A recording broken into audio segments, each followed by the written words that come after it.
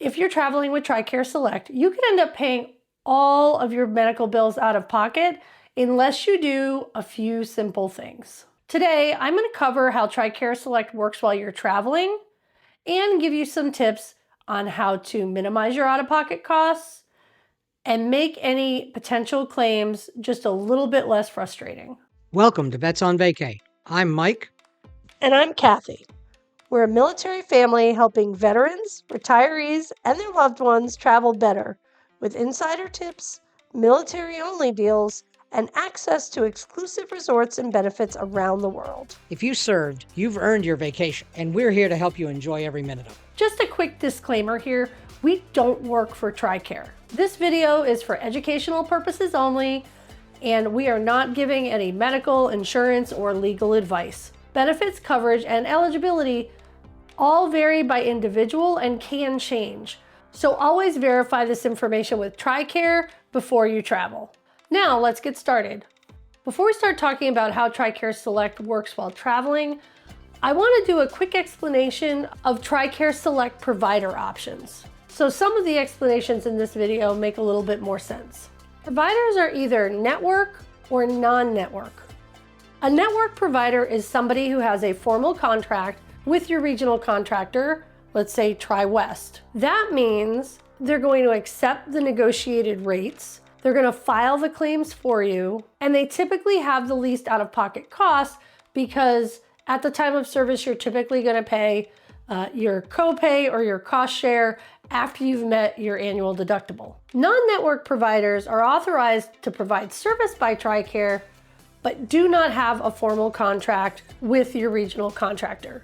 And those non-network providers come in two types. The first is a participating provider. So those providers have agreed to take whatever TRICARE's allowable cost is as the full amount. They'll file claims for you and you'll pay your cost share to them, but they'll go to TRICARE to get the rest of that payment. A non-network, non-participating provider is authorized by TRICARE, but they haven't agreed to TRICARE's allowable cost limits. They can actually charge in the US up to 15% more. If TRICARE's allowable cost for your visit is $100, they can actually charge up to $115. So let's say your cost share is 20%. Then you would pay $20 for that TRICARE up to the allowable, and then that extra $15 above that amount is completely your responsibility. So you're going to end up paying $35 for that $100 visit or that $115 visit.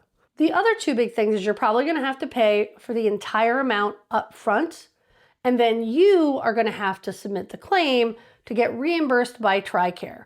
So for our example $115 visit, you'd pay the $115 at the doctor's office, and then you'd submit to TRICARE, and they would, in theory, return you 80 of that 115, and then your piece would be 35. Now, how much you're actually going to pay for that care is based on a number of factors, including whether they're network or non-network, your current status, so whether you're active or retired or a family member, and even the date of your initial enlistment. You can look at this website to see what your cost shares will be according to TRICARE. In this video, when we say something is covered, that doesn't mean that it's 100% covered. That just means that it's an allowable cost through TRICARE. You'll still have to have a copay or a cost share or potentially that overage to pay. We'll also leave a link for these cost details in the description of the video. Okay, back to medical care when traveling. Let's start with emergency care. Emergency care means any illness or injury that threatens your life, limb, or safety. TRICARE Select covers emergency room visits. And remember, your health and safety should always be your top priority. If you're in the US, just call 911 or go to the nearest emergency room. And if you have an emergency when you're outside of the United States, and you should contact International SOS as soon as possible if you're having a medical event. Think of the International SOS as your regional contractor, but overseas. So they're going to be there to coordinate your care, to help you minimize your overall costs and help prepare you for the claims process. Be sure to stay tuned for our upcoming travel tips later in this video. Some of them will make your emergency situation just a bit easier. And now is a great time to talk about emergency air transportation, especially for our cruisers out there. TRICARE will cover air evacuation in certain circumstances. If a regular land ambulance can't get to you, thus a cruise ship, the nearest facility is too far away, or there are other obstacles, you have to be seen quickly because of your medical condition, and you can't safely get the care you need in your current location. TRICARE will not cover you if the care is not medically necessary, or if you choose to go to a location that is not the closest. Urgent care. If you need urgent care while you're in the United States, we recommend that you contact the Nurse Advice Line. They can help you locate an in-network provider and can even help you decide whether that urgent care visit is even necessary. Of course, you can also search for providers on the regional contractor's website. In our experience, contacting the Nurse Advice Line is easier, and it starts giving you a paper trail if you need to submit a claim.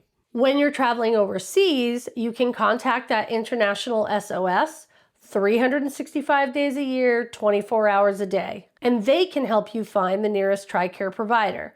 Using a network provider would be ideal, but of course you're not in the United States, so depending on your location, that may not be an option. The next best thing would be a participating provider, but again, that may or may not be available. But at the very least, they can help guide you to a location that should be able to service your needs. And before I get to the tips that will make any emergency or urgent care and the claims that go after just a little bit smoother, I wanted to take a minute to ask you to like, and if you haven't already, to subscribe to the channel. It's a quick way for you to let both us and the YouTube algorithm know that we're putting out videos that are helpful or maybe just entertaining. And if you've had an experience dealing with an emergency medical situation while you're traveling, we'd love to have you include that in the comments below. It may help one of our other community members as a source of information, or maybe even a cautionary tale. Okay, on to the tips. We'll start with some pre-trip prep work and then talk about some of our on-trip suggestions. First, you want to be sure that none of your medications are on a banned list.